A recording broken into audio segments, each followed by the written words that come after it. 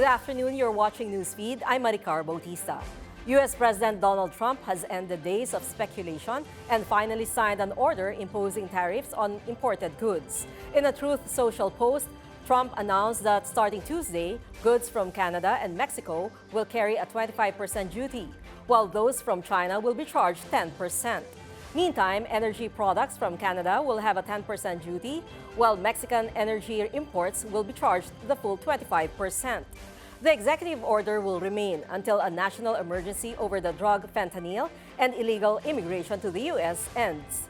The International Emergency Economic Powers Act and the National Emergencies Act that back the contentious EO allows the president sweeping powers to address crises.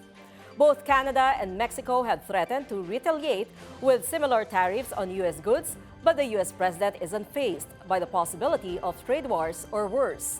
During a press conference on January 20th, Trump gave an enigmatic reply to a journalist on other moves that he might take to mitigate the threat. President Trump, if cartels are now going to be seen as foreign terror organizations, would you think about ordering U.S. Special Forces into Mexico to take them out? Could happen. Stranger things have happened. He signed the order after a golf session at his Mar-a-Lago estate in Florida and was not scheduled to speak to reporters about the tariffs. British Columbia Premier David Eby called the tariffs senseless and unjustified. He revealed plans to further diversify to lessen the probable effects of the U.S. trade order. We're expanding trading partnerships with countries in Asia, Europe, and beyond. We already have new trade missions planned to strengthen relationships across the world. At the same time, we're working together with governments across the country to knock down trade barriers within Canada and make sure all provinces are buying Canadian first.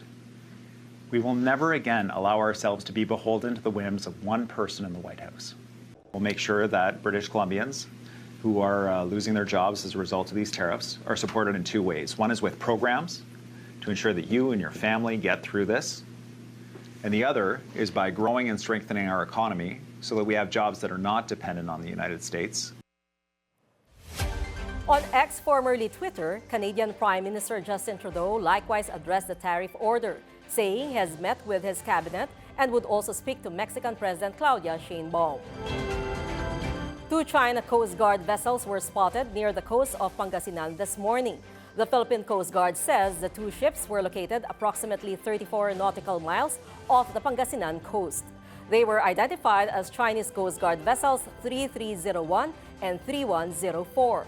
As a response, the PCG deployed its Islander aircraft to initiate a radio challenge. The two vessels did not respond.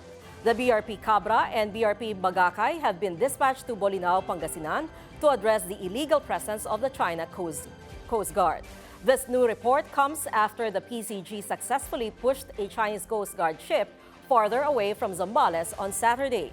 PCG spokesperson for the West Philippine Sea, Commodore J. Tariela, reported that the move was initiated by BRP Teresa Magbanwa against the CCG 3304. The ship has now been replaced with the CCG 5901, also known as the Monster Ship. Despite this, the PCG is effectively maintaining a distance of approximately 110 to 115 nautical miles from the coast of Zambales. And before we go, colorful hot air balloons filled the cloudy sky above a town in the Swiss Alps. The 9-day celebration in the town of Chateau d'Ay brought together 65 hot air balloon pilots from different countries. Around 20,000 to 50,000 spectators arrive each year to see the balloons. The festival began in 1979 and featured hot air balloons of all sizes and shapes and included air displays and a night show, among other activities.